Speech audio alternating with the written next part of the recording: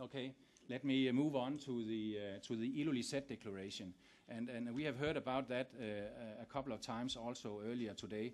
And let me just say that the basic in the Ilulissat Declaration, which is very visionary in my mind, is that you take the good with the bad.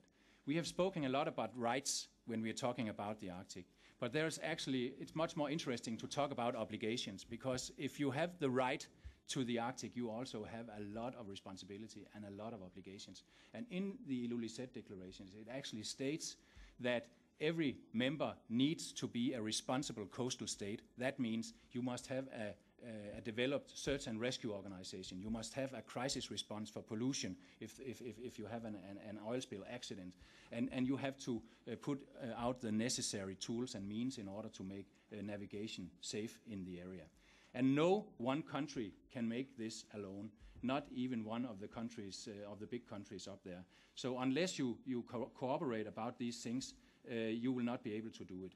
And that is where the declaration is actually coming in handy, because the Ilulissat Declaration is an indication that the politicians want to speak to each other very decently and in an orderly fashion. And that is a prerequisite for the operators, and that is the head of the navies and the Coast Guard, in order to sit down and speak probably together about finding practical solutions of all the challenges that we have at hand. Next week, I will go to Iceland and be participating in the annual meeting in the North Atlantic Coast Guard Forum, which is a forum of 22 Coast Guards around the rim of the North Atlantic. And that is actually the only professional forum in the world that contains all 5 polar nations in a professional framework. We have talked about Russia as the only non-NATO member of the polar group. And this community of Coast Guards is actually the only existing forum for professionals to meet when it comes to the 5 polar countries. And this forum was established 3 years ago, so we very much hope that can be a driver in the cooperation on the operational side of the house in the future.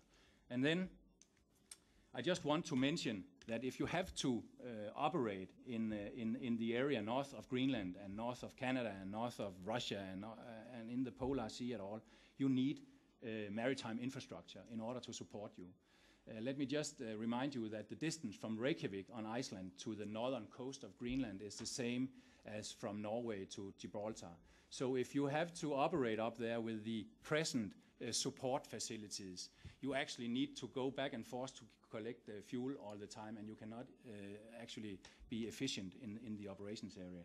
And that is why I just put up Thule Air Base on Greenland. This is actually the only deep water harbor north of, one of the only deep water harbor with an airfield north of the Arctic Circle at all.